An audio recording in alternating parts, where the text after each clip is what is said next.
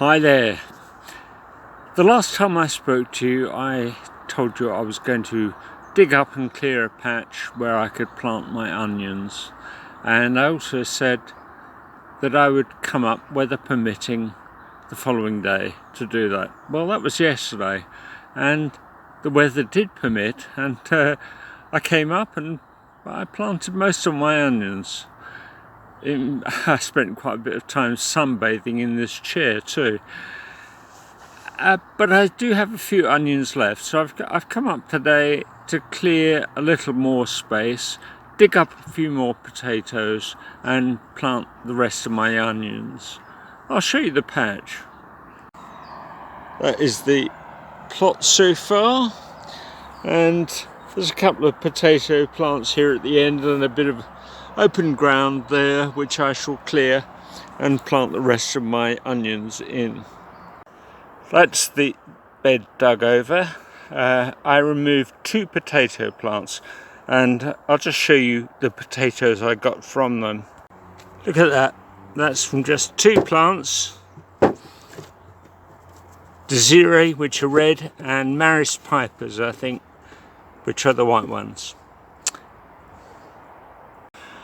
Now all I have to do is rake over the ground and compress it slightly, probably with a gentle boot, and then I press in up to about halfway these onion sets. They're little baby onions and they will grow into spring onions next year, and if I leave them in the ground they'll grow up to be grown-up onions later on. Well, that's that back-breaking but rewarding piece of work done. I bought a pound of onion sets, and there were 140 of them, and they will grow. Some of them will grow into spring onions and some of them I'll let grow on to become larger onions, but they're all in the ground now. All I need to do now is mark the plot with these plastic tubes so that I don't dig them up again. That's all I need to do today. But before I go, let me show you something else that's doing rather well and I'm very proud of. This is a squash plant from Cyprus. A bit like butternut squash, I'm told. When they ripen, they turn a kind of reddish colour.